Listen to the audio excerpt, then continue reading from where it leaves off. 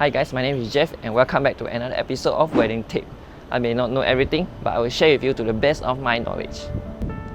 So for the first episode, I've talked about the venue as well as the ROM. Today, I'm going to talk about the bridal, the makeup artist, and pre-wedding photography. So first of all, you will need to research and compare different bridal by looking at their Google rating or their Facebook rating, and their reviews or testimonial from their previous client. This is the same as any other purchase in life. Personally for me, I like to find out the most recent reviews as well as the worst reviews given to them by the previous client.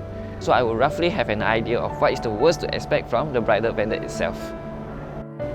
Next, you have to find out what are the things that they offered in the package, such as the number of gowns for the bride and the number of suits for the groom. Is the gown made to measure or off the rack? Basically, made to measure refers to the construction of a brand new gown made to your measurement, while off the rack means something already there in a shop. Most likely you'll be having the gown off the rack unless you really have a high budget to make one from the bridal. Also, you need to check with them to see if the package provides the makeup artist as well as the hairdo. If you have your own preferred makeup artist, you can always get your own one. It is always better to find one yourself rather than someone whom you don't even know at all. You don't know their style, you don't know their service, you don't know their attitude or personality. If you have a very small budget, you can even get your own gown from Taobao and tailor it to your likings. But of course, this comes with a huge risk. The gown may not turn out what it's supposed to be or not fitting at all.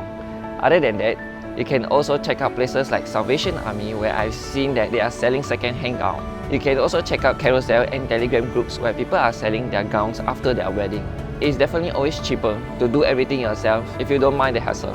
Makeup artist-wise, you can always have a trial before your wedding to know how you will look like during the actual day itself. However, do note that not all the makeup artists provide trial unless stated. You can also request for a trial with additional charges, so be sure to know what is in the package before signing with the makeup artist. Some bridal package may also include things like bride's bouquet, corsage, car decors and ribbons, father suits and bridesmaid's dress. So you may need to check with the bridal to know more about their package. For payment wise, do check with your bridal to see what is it like. How much deposit is needed? Are there any hidden charges such as early collection and late return of gown? Gown delivery? What happens if you accidentally stain or damage the gown? Any additional charges for the alteration? Do they allow you to postpone the wedding without any additional charges? Any extra charges for peak period? Any tax and service charge? And lastly, the cancellation policy. Most importantly, don't be pressured to sign and pay on the spot. Salesmen always like to use this tactic.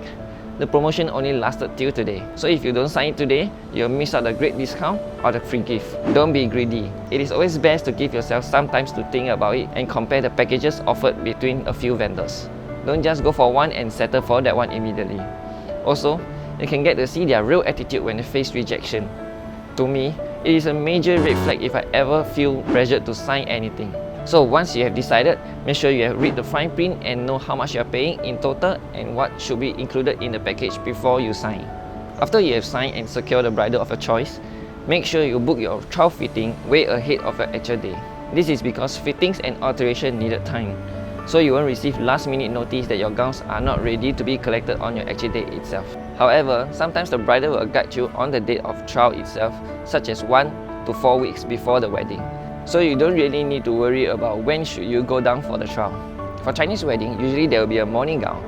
After that, you will change to a traditional costume such as the kwa for some Chinese ceremony like tea ceremony, and then 1 to 2 gowns for the lunch or dinner banquet. So in total, you will roughly have around 1 to 3 gowns and a set of kwa if you wanted to have them. For me, if I have to give one tips, I would say try to remind your bridal vendor 2 months or 1 month in advance that your wedding is coming up in case they overlook or may have forgotten about your wedding. Personally for me, I've been in the industry for many years. I've seen several complaints about the bridals that have forgotten about their client's wedding. I know it can be a little bit frustrating and panicky, but you need to know that they are facing hundreds of customers every year, especially your wedding is most likely to be more than 6 months or even up to 2 years later. So it is always good to give a little nudge to prevent this from happening. From what I've seen, usually the gowns can be collected 1 to 2 days before your wedding and returned 1 to 2 days after your wedding. This is a common practice as the gowns are shared among the clients. Next will be the pre-wedding photography. Many bridals do offer pre-wedding photography services as part of their bridal package. You can always feel free to have them. However, same as the makeup artist, if you have your own preferred photographer, you can always get your own one.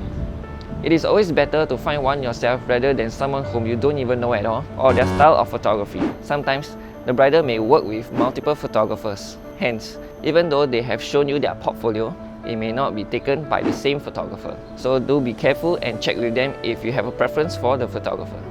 Personally, for me, I will always ask and find out who is the photographer and maybe if it's possible to see more of his portfolio. More details will be up to the discussion between you and the bridal vendor itself. So 1 week before the photo shoot, it is recommended to eat clean, stay hydrated, be happy, do more facial, try to avoid being under the sun for too long. This is to prevent unnecessary pimples and acne problem or any skin issues such as eczema. Do remember to use lip balm to prevent dry lips as well. As for the bride, you will be changing into different types of gowns such as off-shoulder and high cut during fittings as well as the photo shoot. So it is best to prepare new bra and skin color safety shorts. Most likely there will be someone assisting you during the changing of gowns as it may not be easy to put it on yourself. Also, do bring along either a white, silver or rose gold high heels for the photo shoot unless you already have a special theme in mind.